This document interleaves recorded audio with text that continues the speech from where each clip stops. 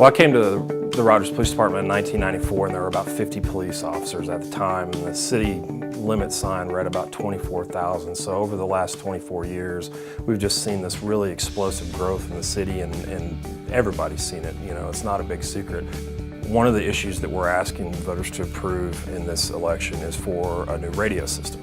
The radio system we have now is about 11 years old, but as this equipment ages, it's reaching its end of life, and there are not parts available to keep the system up and running. And when you look at what this radio system serves for the city, is it is the critical piece of communications for both police and fire department, and it's our link to the dispatch center, which is, you know, the citizens' link to public safety in the city. If we don't get the call correctly, timely, reliably, from our 911 center, from our dispatchers that work there day in and day out, and if we're not able to communicate with other firefighters, other cities, and those dispatchers, you're guaranteed that the incident is not going to go well. That is the hub for all emergency services activity and such an important component of the bond issue.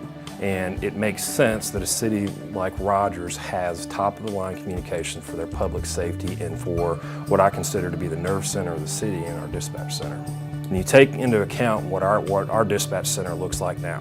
It's on the second floor of the building. It faces the west, and the entire western wall of that room is glass. So from a physical security standpoint, it is not good in that they are exposed to the outside. What we're more concerned about is weather. You know, in Rogers, Northwest Arkansas in particular, all of our weather comes from the west and the southwest in terms of spring storms, tornadoes, severe weather like that. So these dispatchers who, you know, like I said earlier, are the lifeline for our citizens to the public safety first responders, they're in a very exposed situation, and we can't have, you know, some of our most critical employees exposed in weather events like that. So in order to keep them safe, especially from weather events, it's our intent to build a separate facility that's hardened against all types of weather. We moved into the current facility in December of 1999, and like any building that's 19 years old, it's starting to show signs of age.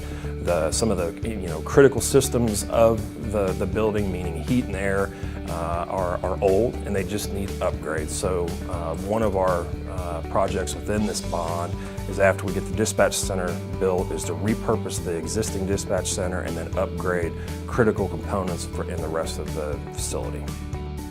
Coming up through the ranks of the police department and seeing the growth and the public support that we've gotten over the years with the bond issues in the past, I feel very confident in asking the voters to approve us yet again for projects that are needs, they're not wants. These are critical infrastructure needs for public safety in Rogers, and it's something that our leadership within the city places a very high value on.